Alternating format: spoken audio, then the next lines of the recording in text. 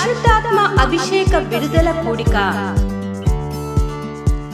November 4వ తేదీన ఉదయం 10 గంటల నుండి ప్రారంభించబడును. ముఖ్య ప్రసంగికులు డాక్టర్ థామస్ గారు, దహించువగ్గి మినిస్ట్రీస్, రాజమహేంద్రవరం. ఈ కూడికలో సిస్టర్ కరిష్మా గారు బలమైన ఆరాధనలో నడిపించెదరు. స్థలం అంగీరేకుల function hall, Hyderabad road, Achampet. మరిన్ని వివరాలకు 9100099643 మరియు 9494940072 మరియు 73.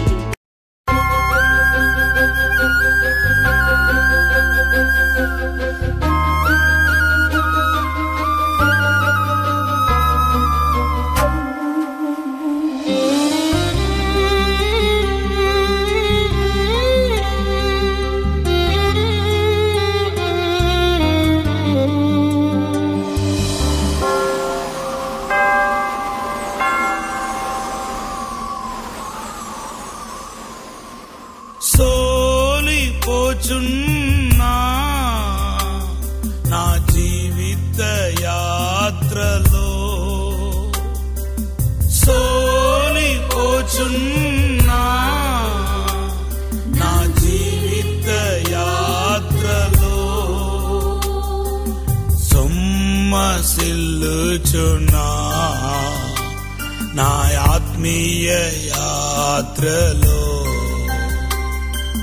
సొమ్మసిల్లుచున్నా నా ఆత్మీయ యాత్రలో.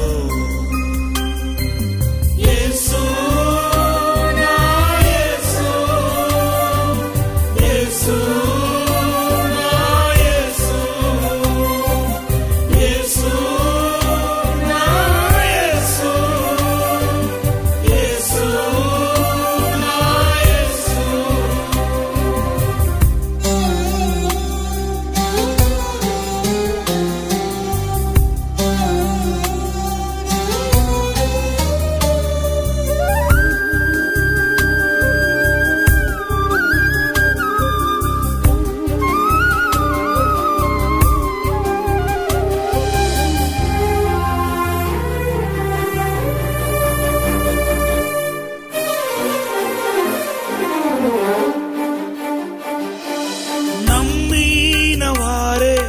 మోసం చేసి రోగం చేసారయ్యా,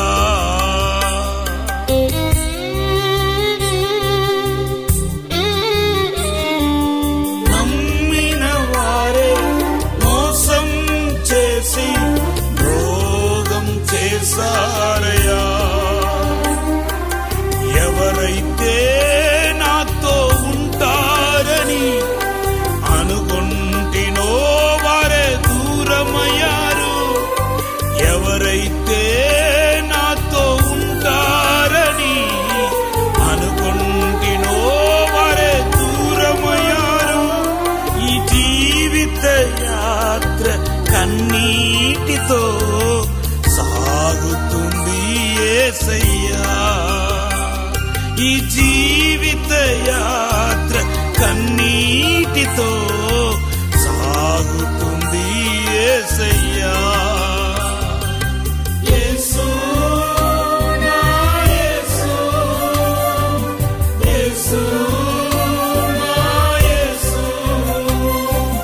యేసు నా యేసు, యేసు నా యేసు.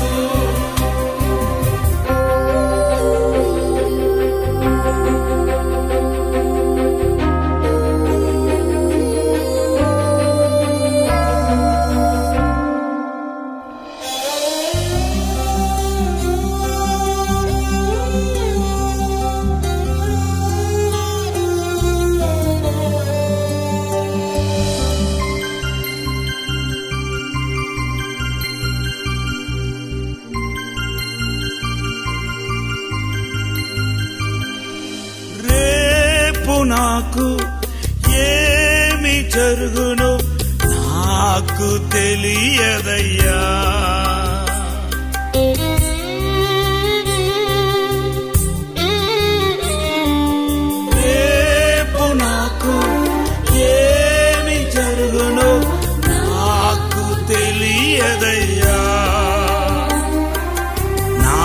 భవిష్యత్తు నీ చేతులో ఉన్నదయ్యా యేసయ్యా. నా భవిష్యత్తు నీ చేతులో ఉన్నదయ్యా యేసయ్యా. నీవు ఏమి చెప్పినా చెయ్యుటకు సిద్ధంగా ఉన్నానయ్యా. నీవు ఏమి చెప్పినా చెయ్యుటకు సిద్ధంగా ఉన్నానయ్యా. యేసు నా యేసు, యేసు నా యేసు, యేసు నా యేసు, యేసు నా యేసు.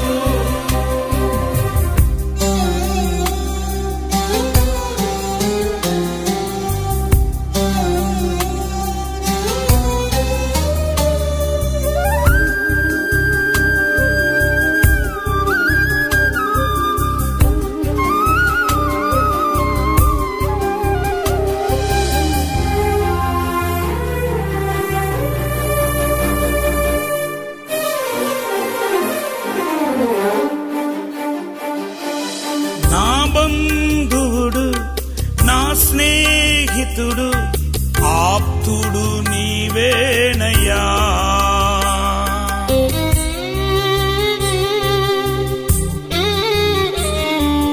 నా బంధువుడు, నా స్నేహితుడు, ఆప్తుడు నీవేనయ్యా. నీ ప్రేమ కంటే ప్రేమించువారు ఎవరు లేరు యేసయ్యా. నీ ప్రేమ కంటే ప్రేమించువారు ఎవరు లేరు యేసయ్యా. నీ ప్రేమ కొరకు అనునిత్యము ఎదురు చూచుచున్నానయ్యా.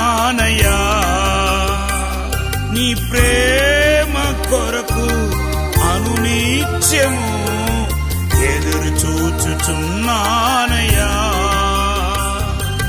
యేసు నా యేసు, యేసు నా యేసు, యేసు నా యేసు, యేసు నా యేసు.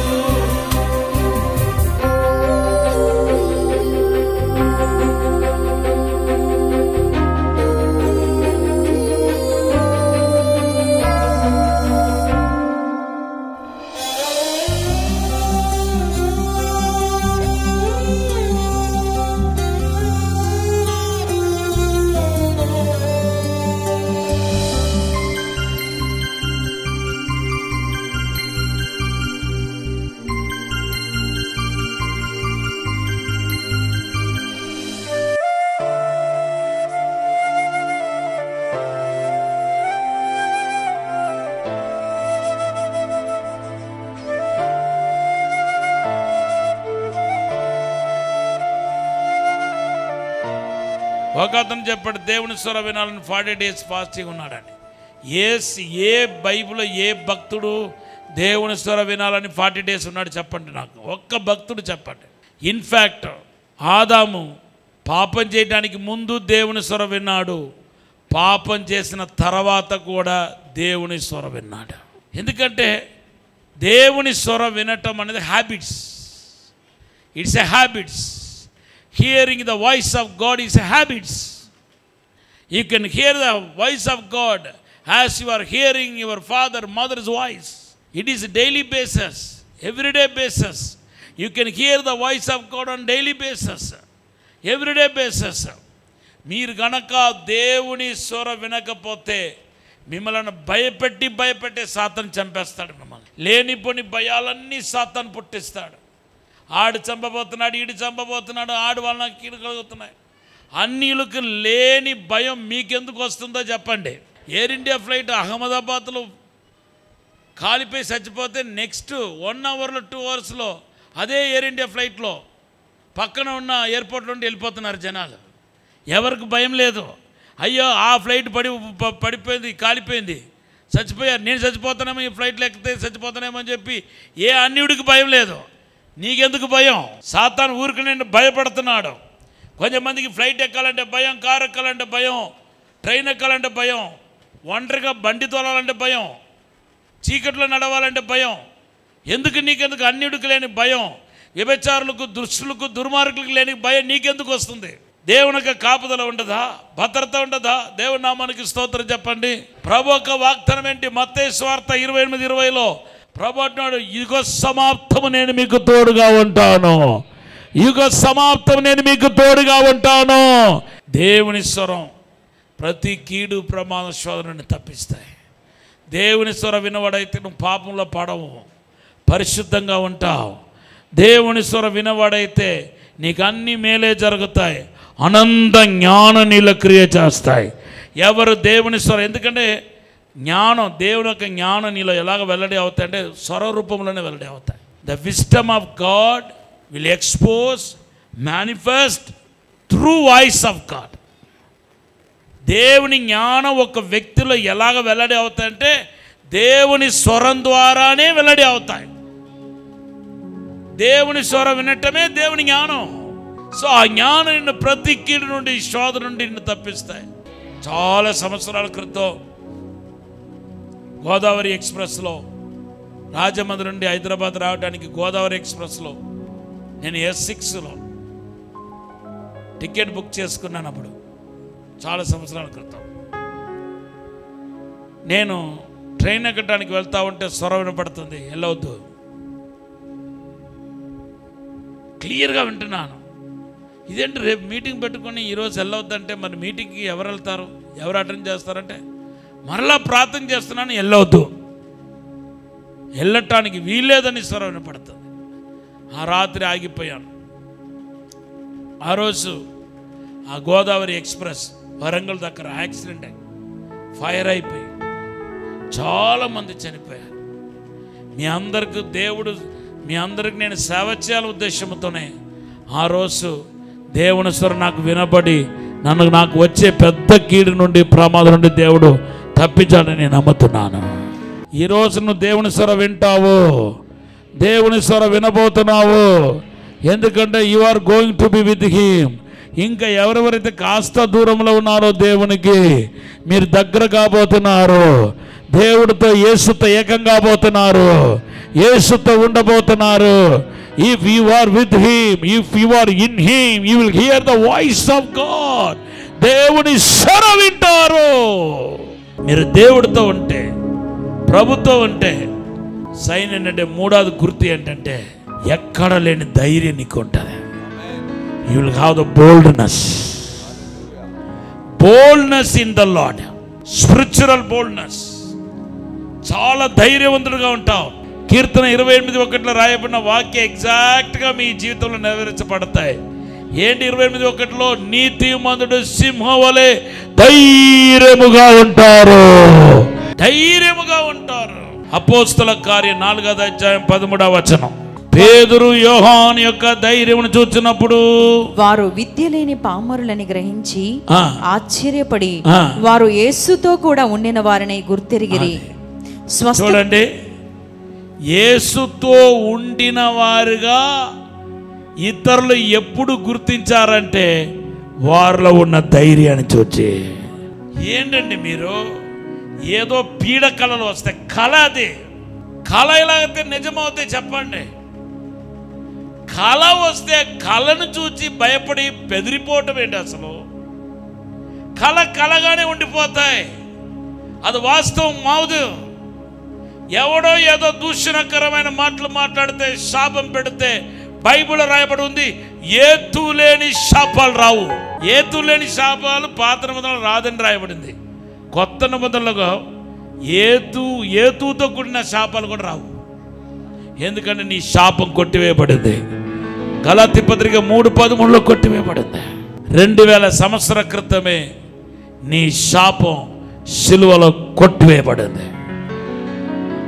నీ పితరుల శాపం కొట్టివేయబడింది, నీ ద్వారా వచ్చిన శాపం కొట్టివేయబడింది, నీ ద్వారా రాబోతున్న శాపం కూడా కొట్టివేయబడింది. నీ మీద శాపం లేదు. నీ ఎంత ధైర్యంగా ఉండాలి. కళలు, పీడ కళలు ఏదో ఆలోచించుకొని పడుకుంటారు, లేకపోతే సెల్ ఫోన్ నొక్కుతా పడుకుంటారు. కొంచెంమంది ఏదో ఒక పీడకళ్ళు వచ్చి పడతాయి. ఆ పీడకళ్ళు పట్టుకుని నాకు ఈ కళ వచ్చింది, నేను చచ్చిపోయినట్టు కళ వచ్చింది. సమాధి పెట్టి ఒక ఆవిడకంట ఖాళీ సమాధి పెట్టి కనపడిందంట. ఇప్పుడు ఏం చేయమంటారు? ఖాళీ సమాధి, ఎవరికైనా ఖాళీ సమాధియే కనపడతాయి. నేనైనా మీరైనా ఖాళీ సమాధికి వెళ్ళిపోవాల్సిందే. అది చూసి ఈవిడికి భయం పట్టుకుంది. ఖాళీ సమాధి కనపడింది, నాకు ఖాళీ సమాధి. నేను అన్నాను, ఇప్పుడు ఖాళీ సమాధి కనపడితే వచ్చేవారు నీకు పెట్టి కూడా కనపడతాయి.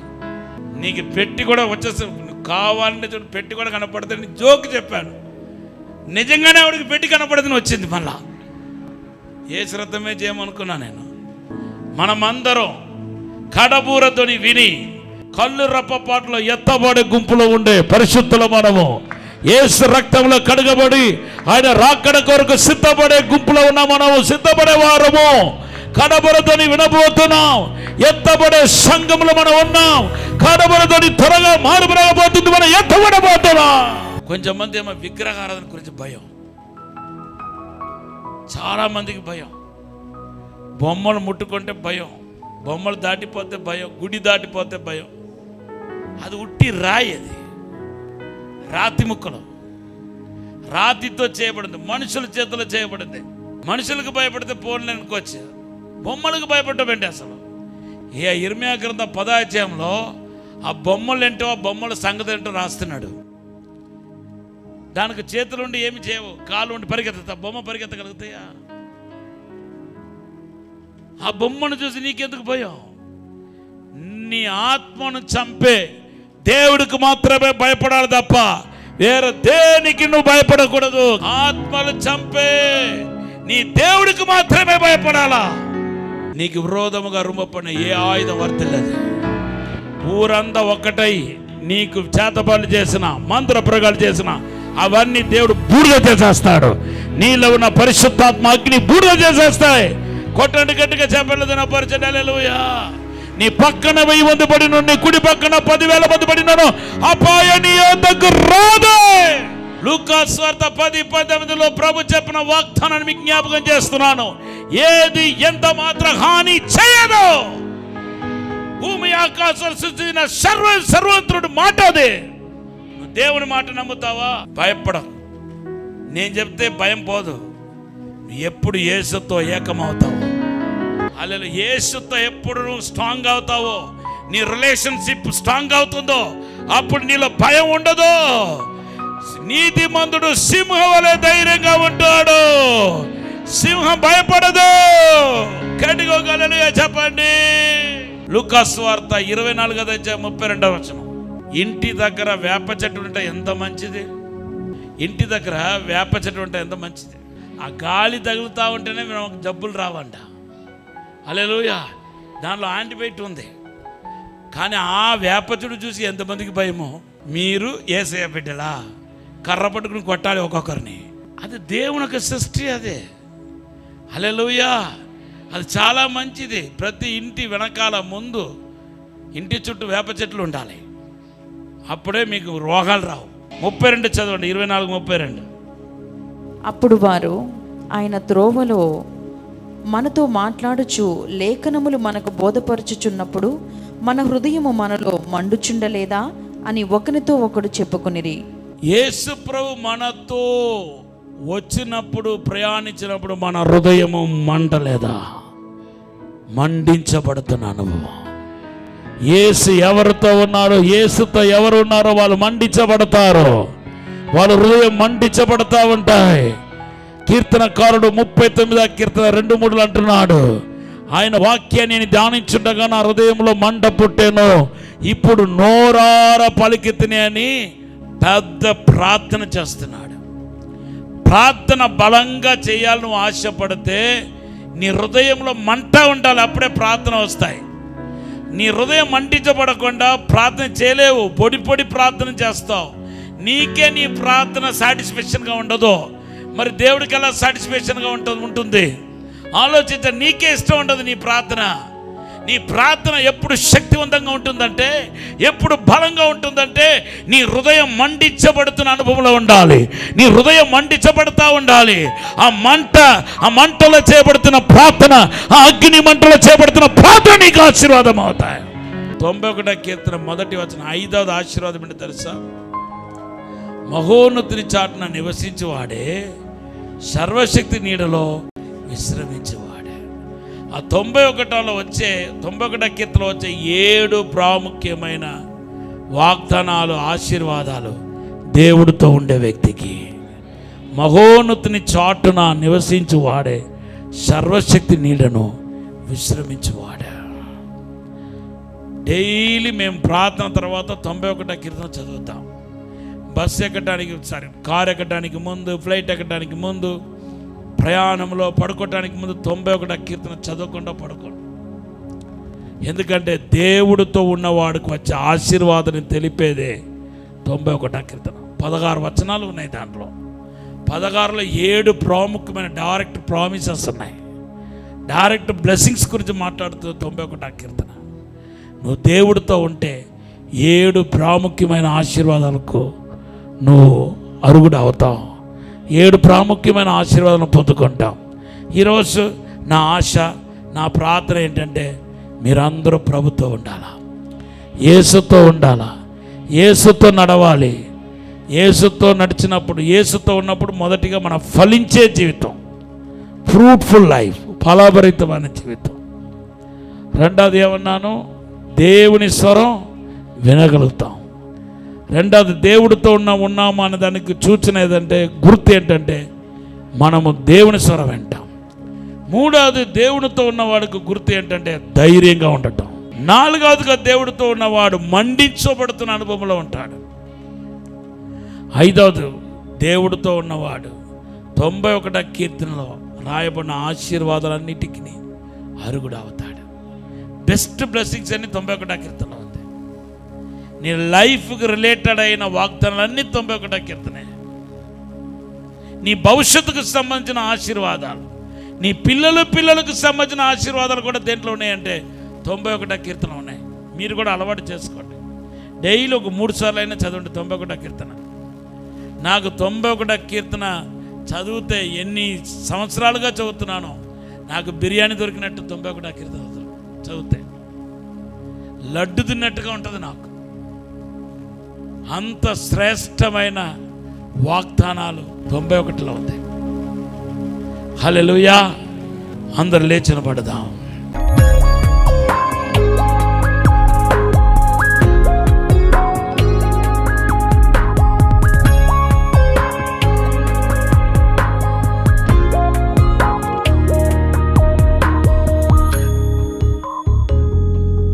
పరిశుద్ధము నమ్మకమైన పరలోక తండ్రి, మీతో ఉండుటయే మా వాంఛయ్య. మమ్మల్ని బలపరచండి యేసయ్య. మా హృదయంలో ఉన్న పాపాన్ని తొలగించి, అడ్డు కూడా తొలగించి నీతో ఏకం చేయండి ప్రభా. నేను నీ శరీరం అవ్వాలి, మీరు నాకు శిరస్సు అవ్వాలి తండ్రి. ఇప్పుడు ఆ కృప దయచేయండి ప్రభా. ఇప్పుడు మిమ్మల్ని ఏకమవుతాం తండ్రి. నన్ను విడువద్దు యేసయ్య, నన్ను మరువద్దు యేసయ్య, నన్ను విడిచి దూరం వెళ్ళవద్దయ్యా. నన్ను ఏకం చేయండి అయ్యా. నీలో ఏకం చేయండి పరిశుద్ధాత్ముడా, నీలో ఏకం చేయండి పరిశుద్ధాత్ముడా. నిన్ను విడిచి వెళ్ళలేను ప్రభా. నీకు దూరంగా జీవించడం అసాధ్యమైన కార్యం ప్రభా. నేను దూరం వెళ్ళలేనయ్యా. ఈరోజు నీలో ఏకం చేయండి ప్రభా. చల్లారిపోయిన ఈ జీవితాన్ని మార్చండి ప్రభా. నా చల్లారిపోయిన ప్రార్థన జీవితాన్ని మార్చండి అయ్యా. పడిపోయిన జీవితాన్ని లేవనెత్తండి. మరలా ఉరికొల్పండి, మరలా మండించండి, మరలా బలపరచండి, మరలా అభిషేకించండి, మరలా ఆత్మతో నింపండి, నీ శక్తితో నింపండి, నీ వెలుగుతో నింపండి ప్రభా. యేసుక్రీస్తు నామములో పరిశుద్ధ ఆత్మదేవుడు మీలోనికి వచ్చిన గాక, మిమ్మల్ని మండించిన గాక, మిమ్మల్ని రగిలించిన గాక. ప్రభు కోసం పరిగెత్తే మనస్సు, పరిగెత్తే జీవితం ప్రతి ఒక్కరికి దయచేయమని అడుగుతున్నాడు తండ్రి. అడ్డుకొట్టిన అడ్డంగాలు, ఆటులు, బంధకాలు, శాపాలు అయ్యా యేసు నామములో విరిగిపోనుగాక. శాపము కాడి యేసు నామములో విరిగిపోనుగాక, విరిగిపోనుగాక, విరిగిపోనుగాక. శాపము కాడి యేసు నామములో విరిగిపోనుగాక. మీరు ఆశీర్వదించండి, బలపరచండి, అభిషేకించండి ప్రభా. మీరే దీవించి బలపరచమని యేసు నామములో అడిగి వేడుకుంటున్నాము తండ్రి. ఆమేన్. అచ్చంపేటలో పరిశుద్ధాత్మ అభిషేక విడుదల కూడిక నవంబర్ 4వ తేదీన ఉదయం 10 గంటల నుండి ప్రారంభించబడును. ముఖ్య ప్రసంగికులు డాక్టర్ థామస్ గారు, దహించువగ్ని మినిస్ట్రీస్, రాజమహేంద్రవరం. ఈ కూడికలో సిస్టర్ కరిష్మా గారు బలమైన ఆరాధనలో నడిపించెదరు. స్థలం అంగీరేకుల function hall, Hyderabad road, Achampet. మరిన్ని వివరాలకు 9100099643 మరియు 9494940072 మరియు 73. ఇది కుటుంబ ఆశీర్వాద కూడిక. ఇక్కడ మేము మా కుటుంబాలను కట్టుకున్నాం. మరి మీరు? అయితే ప్రతి శుక్రవారం రాజమహేంద్రవరంలో జరిగే ఈ కుటుంబ ఆశీర్వాద కూడికలో పాల్గొనండి. ఈ కూడిక జరుగు స్థలం దహించు అగ్ని ఆడిటోరియం, నటరాజ్ థియేటర్, రాజమహేంద్రవరం. సికింద్రాబాద్ లో దహించు అగ్ని అద్భుత అసాధారణ కూడిక ప్రతి శనివారం సాయంత్రం 5 గంటల నుండి ప్రారంభించబడును. స్థలం SPG church ground, alpha hotel వెనుక, సికింద్రాబాద్. మరిన్ని వివరాలకు 9494940074 మరియు 75. రాజమహేంద్రవరంలో దహించు అగ్ని అభిషేక ఆదివారపు ఆరాధన ఇప్పుడు ప్రతి ఆదివారం ఉదయం 9:30 నుండి ప్రారంభించబడును. తప్పక పాలు పొందండి, దైవిక ఆశీర్వాదం పొందండి. స్థలం దహించు అగ్ని ఆడిటోరియం, నటరాజ్ థియేటర్, రాజమహేంద్రవరం. మీ ప్రార్థన అవసరతలకు 9494940072 మరియు 73. ఈ టీవీ కార్యక్రమాన్ని చూసి ఆశీర్వదించబడినట్లయితే దహించు అగ్ని టీవీ పరిచర్యకు మరియు బ్లెస్సింగ్ ల్యాండ్ కు సహకరించండి.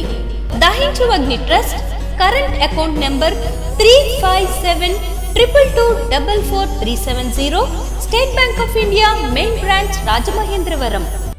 మై అడ్రస్ డాక్టర్ థామస్, దహించు అగ్ని మినిస్ట్రీస్, తుమ్మలోవా, రాజమహేంద్రవరం.